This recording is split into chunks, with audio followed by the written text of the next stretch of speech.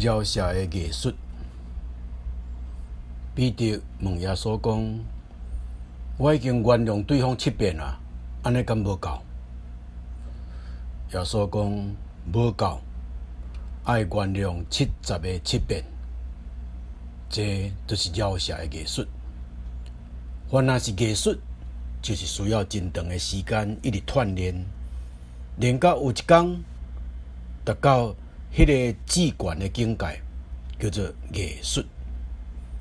若是会当算出原谅几遍，安尼就是还未原谅。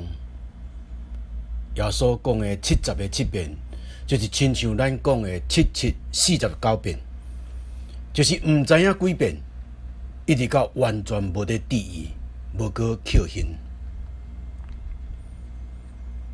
毋过，咱读美国人文主义大师冯龙的宽容，读了得到甲作者同款的结论：人类的历史就是一波不宽容史。人类不断重复心肝刻意，无法度接纳甲家己无同款想法的作为。若是甲我无相共，就是你死我活。这包括所谓耶稣代言人的人类。人类到今的历史，77遍拢是无饶舌、无宽容、无原谅。人类果然是高齐天变的，高齐天77遍，变来变去嘛是高。鲁迅临终的时，受到西方人的传统，听讲死进前爱原谅这世人得罪咱的人，通好往生。毋过，伊一直想，煞愈想愈济，原谅袂了。